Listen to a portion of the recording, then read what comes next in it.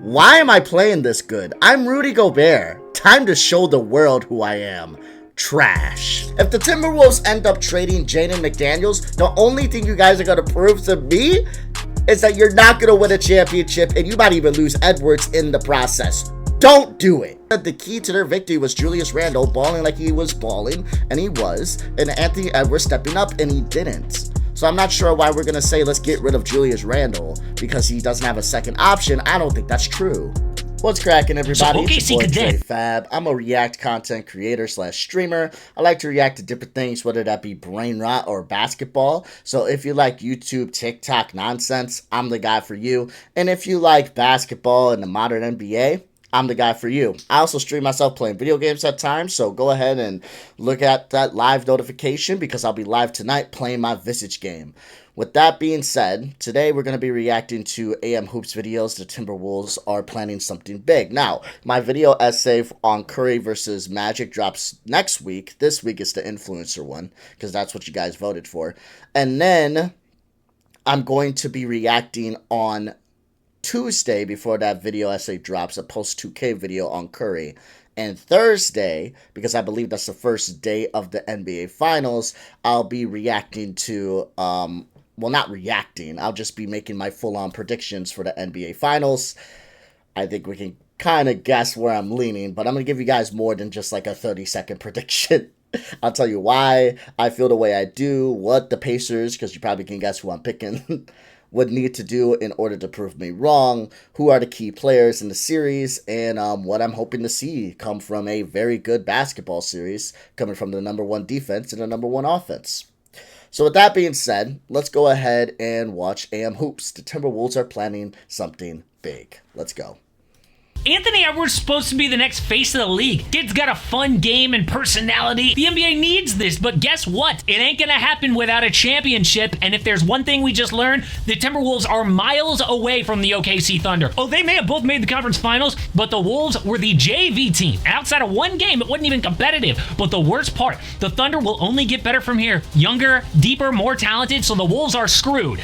Unless their secret weapon comes through. Front office guy Tim Connelly built the champion Nuggets. Then he got to Minnesota, immediately traded for Rudy Gobert. That was stupid. I'm going to hold on to that. Rudy Gobert is what we call big for nothing on the basketball court. You guys ever play basketball with someone, you love them, they're great, but they're just a big man for whatever reason. They don't rebound, their defense is whack, they have no rim protection, and for some reason they love chucking up threes. You love them to death, they're your homie, but goddamn they annoy you. Yeah, we call those guys big for nothing. You got all this size, but you don't use it at all. That is what Rudy Gobert is. The man had 5 rebounds in the game. I believe Jalen Williams had more rebounds than Rudy Gobert in a game. It was bad, really bad. Came off a historic fucking double-double against the Lakers, and then he goes ahead and faces the Oklahoma City Thunder and goes, you know what? Why am I playing this good? I'm Rudy Gobert. Time to show the world who I am. Trash. Let's keep going. Good enough, dealt Karl Anthony Towns. So the point is, this guy is not afraid of making a big move no matter who goes out. The only untouchable is Ant. So what are they planning to do now? Well, before we get to that, it is so cool that Minnesota isn't just comfortable making the conference finals. And remember, this is a team that drafted Kevin Garnett in 1995, had a decent run, but struggled more than anyone after trading him. After 07, they missed 16 of 17 playoffs. Doesn't get more basketball hell than that. So it would be easy to be like, yo, back-to-back conference finals? Yeah, let's just enjoy this. But no, they know how valuable having a superstar like Anthony Edwards is and don't want to waste him like they did KG. Eventually, dude gets fed up and leaves the team. So what can they do to finally get over the top? Well, the #1 name that you're going to hear is Kevin Durant. Oh, the Wolves tried. For what, though? What would be the trade package? One thing I like about AM Hoops is he likes to sit here and give a trade package, so I'm not even going to sit here and try to speculate, because I'm not even sure how they would afford Kevin Durant, especially with that second apron, already having Julius Randle and having Anthony Edwards, and they're giving a pretty high salary to Rudy Gobert for his assets he's been playing, unless you're talking about getting rid of him as part of a trade package. I'm interested. Let's see. Let's go ahead and see what the For KD at the deadline, there was mutual interest. Ant and Durant are friends. Ant looked up to KD as his basketball idol growing up. But here's the problem. For what they would have to give up for KD, does that really close the gap on OKC? Were they a Kevin Durant away from just beating the Thunder? And the Suns aren't going to... It depends. What are you giving up, right? Because if you're giving up like an Alexander Walker, if you're giving up somebody like a Randle who's been playing extremely well, I wouldn't do that. If you're giving someone up like a DiVincenzo who can be hot and cold off the bench, but he definitely is a good bench. He's definitely a good bench point guard. He's definitely good for your offense, and he definitely can hit some shots when you need him to. The only thing that's really bothering me is I'm not sure what exactly would you be giving up here for KD? Because that's a scary part. Would you be giving up a Naz Reid? I could maybe see that. He did not have the best of series, both against the Lakers or the Oklahoma City Thunder. Maybe. Let's see. Who would they be giving up? Let's see. They give up KD for free. I mean, other teams want him. We know serious interest from the Spurs, the Miami Heat, maybe even the New York Knicks potentially. How do the Wolves outbid those teams? I will tell you how. There is one player they would have to sacrifice for KD. Okay. We know about the Timberwolves draft picks. They can only trade number 17 in this year's draft on draft night only. Also, they've got one swap to deal in 2028. That is it. So easily beat by other teams for Durant, unless they include Jaden McDaniels. Jaden is one of the most valuable role players. Notice how I didn't even say his name. I said DiVincenzo. I said Alexander Walker. I said even Julius Randle. I wouldn't like it, but maybe. I said Naz Reid. I could see it. No. Absolutely. No. This is your piece. Especially when we live right now, right? In an NBA with the second apron where you're not able to stack your team like crazy anymore. We're getting closer and closer to a hard cap in the NBA. Right now it's a soft cap, but we're getting closer and closer to that. I can see us having a hard cap as the years go on. We don't have the mobility to just be giving up really great pieces to pick up an aging superstar in the hopes of getting a championship now and destroying your future. No. Absolutely not. He should not be part of any trade package whatsoever. And I stand on that. If you're a Timberwolves fan, you should be like, he is off limits, just as much as Anthony Edwards would be. That's ridiculous. In the NBA right now. And not just because he is a legit 6'9", 3-and-D player at 24 years old, but because he is on a team-friendly contract for years, which is 10 times. This is all the reason to keep him. This is all the reason to keep him. If the Timberwolves end up trading Jaden McDaniels, the only thing you guys are going to prove to me is that you're not going to win a championship, and you might even lose Edwards in the process. Don't do it. That is, no, absolutely not. No. That's a dumb move. I have nothing against Kevin Durant, but again, he's an aging superstar. You have a really great role player who can turn out to be an all-star. He is really good as the years go on, and he's really young, and he's on a team-friendly contract, around the same age as Anthony Edwards, so you have that little Batman and Robin thing going with them. No. More valuable in this second apron era, and you cannot give him up for a dude who's pushing 40 years old. So I am sorry, unless Phoenix is just giving KD up for almost nothing, it is not going to happen. I don't care what. Okay, all right. He started saying the yaps that I started saying. All right, we on the same yap wavelength. We're good. Okay, we're good. ESPN keeps telling us, forget about it. But there is one other name that people are not mentioning, and it's not Giannis. So you've got to look at what the Timberwolves desperately need. And remember, it was a huge gamble dealing Cat before last year coming off a conference finals. They wanted to get off his Supermax contract for financial reasons, getting Randle and Dante DiVincenzo. But at first, it was ugly. They were only one game over 500 in January. Remember when Randle and Gobert blew up at each other in Toronto? It was a mess. But after the All-Star break, they turned it around. Wolves went 17-4 down the stretch, climbing out of the play-in to the 6th seed in the West. Then in the playoffs, they continued to dominate. Beat the Lakers in 4 games in round 1 and took advantage of Golden State without Steph also winning in 5 games. And all the while, Julius Randle looked legendary. Dude scored 5 games. 5 games, Mr. AM Hoops. Still dominated the Lakers, but 5 games. Let's go ahead and make that clear. 5 games. 5 games. Let's relax. Let's keep going. 26 a night with 6 boards and 6 assists. Ant was clutch, Jaden a two-way beast. But then, once they faced a true, healthy contender, they made the Thunder look like the 2017 KD Warriors. Well, why? Because OKC exposed 3 things about these Wolves. Number 1, no legit second scorer next to Anthony Edwards. And yes, they had that in rounds 1 and 2, but in the biggest games, from Cat to now Julius Randle, Ant has never had a reliable number 2 in the biggest spots. Julius Randle, I believe, did not play well in game 3. Was it game 3? I think it was game 3. It might have been game 3 or 4. Julius Randle did have a bad game. That's true. But he played pretty well. I think even in the closeout game, I said Julius Randle played well than Anthony Edwards, and that is true. Anthony Edwards, if anything, just was not good in this series. He wasn't good. His efficiency was trash. I'm not trying to be a dickhead to Anthony Edwards here. We're not talking shit about Anthony Edwards as a player. All we're bringing up is just straight facts. Anthony Edwards, his efficiency was bad. His turnover rate was pretty bad. And his points per game were not the best. So why were you talking about Randle like he played bad the entire series when in the closeout game he was great and he maybe had one bad game that I can point at? I think it was the game where the bench stepped up like crazy. It was a 3-point win for OKC in Minnesota. I think that was game 3 or 4. But besides that, Anthony Edwards had a bad game that game as well. You know, the reason they were even a 3-point loss is because the bench stepped up like crazy for Minnesota. If either of these guys step up, they probably end up winning that game, and the series is looking a little different. But I don't know, bro. I wouldn't sit here and just say straight out of the gate, Julius Randle, oh, he's really the one that should be looked at to be on the chopping block. They need a true second option.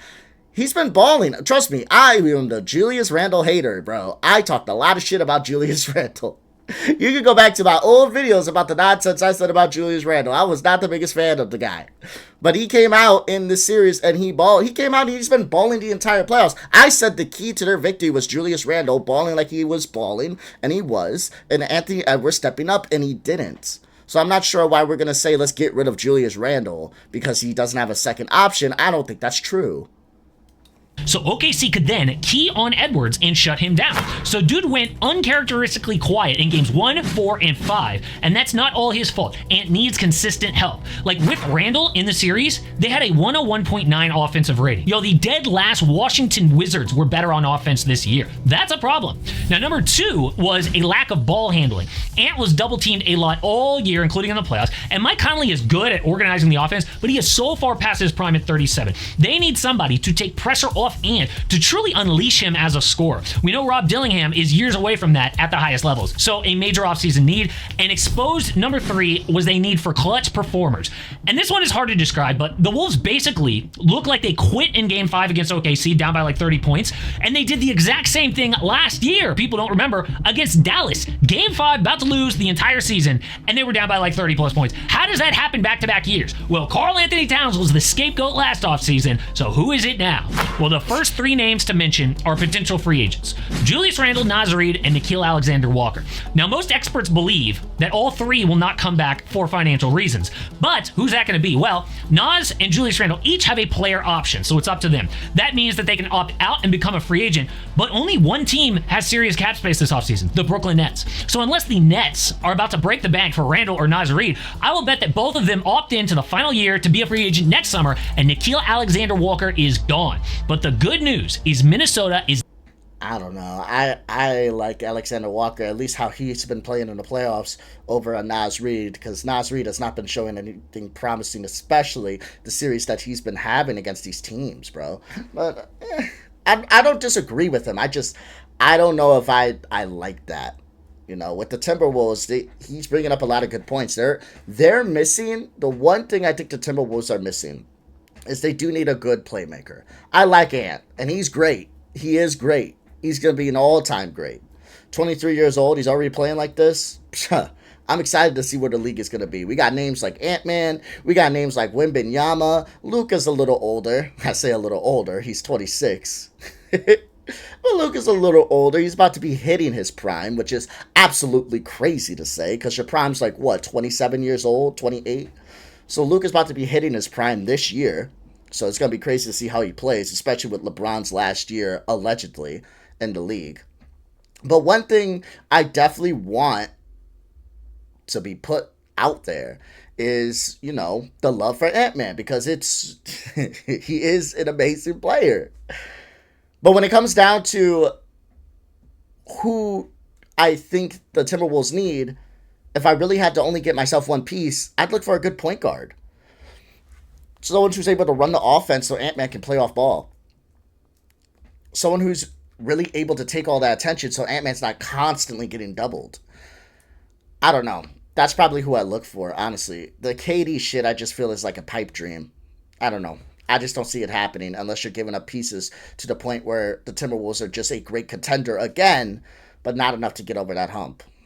Is then under the second apron and able to make trades. So who is out there to get? Well, one name to watch is Derek White. Boston needs to get cheaper, and White could be amazing next to Ant. Dude has been key to both the Spurs and the C's, and he won a gold medal in Paris next to Edwards. Plus, he improves their basketball IQ, adds ball handling, and instant offense.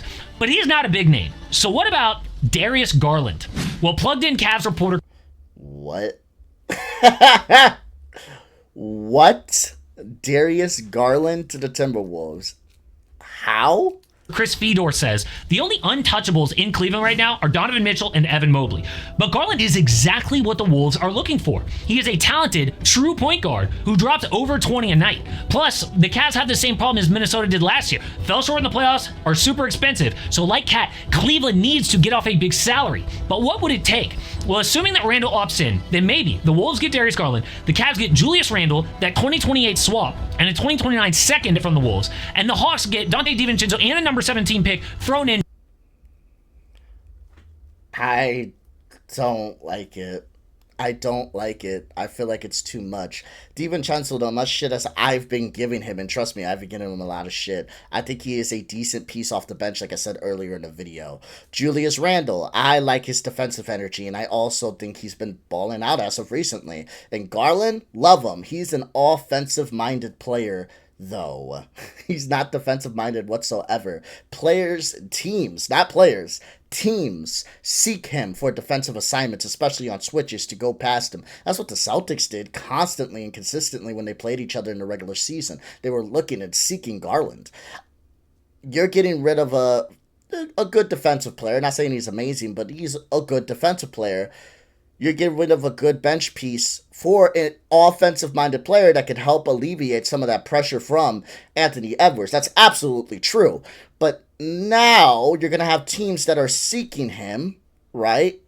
And going to be abusing the fact that he's not that good on defense. So even though he may make you a better offense, like overall, does that matter too much when your defense starts to collapse a bit in on itself because of the fact that he's not really good defensively? I don't know. I get it's something to try. You go ahead and you put someone who can run the offense alongside Ant-Man so he's able to play more off ball.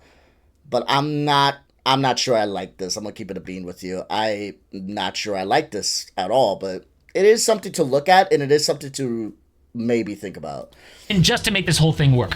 But why would Cleveland ever do that? Well, they probably won't without Jaden McDaniels. But in this scenario, they do it basically to get under the second apron, and also they get Julius, who isn't nothing. He can play small forward with some defense, and the Cavs could add somebody to play point guard like a Dennis Schroeder to replace Garland. Now, I know that's a stretch, but a 25-year-old like Darius is much more likely effective and smart than a 37-year-old Kevin Durant. But the entire offseason in the NBA is going to run through San Antonio. We know that the Spurs are on both KD and Giannis, but what about Victor Wembanyama? Dude had another legitimate growth spurt, and many people thought that this video was clickbait, but then they eventually went to comment, damn, this is actually real and scary. Okay. We'll probably end up reacting to that next week. Okay. Yeah, we'll end up seeing what happens with the Timberwolves. As far as I could say, I think getting rid of Julius Randle for Garland is probably not the smartest move, especially if you got to get rid of DiVincenzo at the same time. I'm not sure what the Timberwolves can do. It's definitely hard, but my biggest thing is you got to get rid of Reed, I would say, if you can, and I'd probably hold on to Randle and try to get a point guard. If that's possible. I don't think you need to get a super great big point guard. Like White, like you said, White is fine. You don't need a big name. You just need someone who's good enough to run the offense for. They were playing well last year with Conley. Like, come on. They were playing well last year with Conley. They don't need a superstar name, a big giant name. An offensive weapon like Garland. I don't think an offensive weapon is what they necessarily need. They just need someone who's able to help control the offense. And I think White is probably going to be one of those players. So we'll see what ends up happening in the end. But if you guys like the content, please like, comment, subscribe. Let me know if there's anything else you want me to react to, and I will do so. Let me know if there's anything you want me to talk about, and I will. Until next time, friends, I love you. I'll see you. I'll talk to you later. Stay safe, stay smart. Peace out.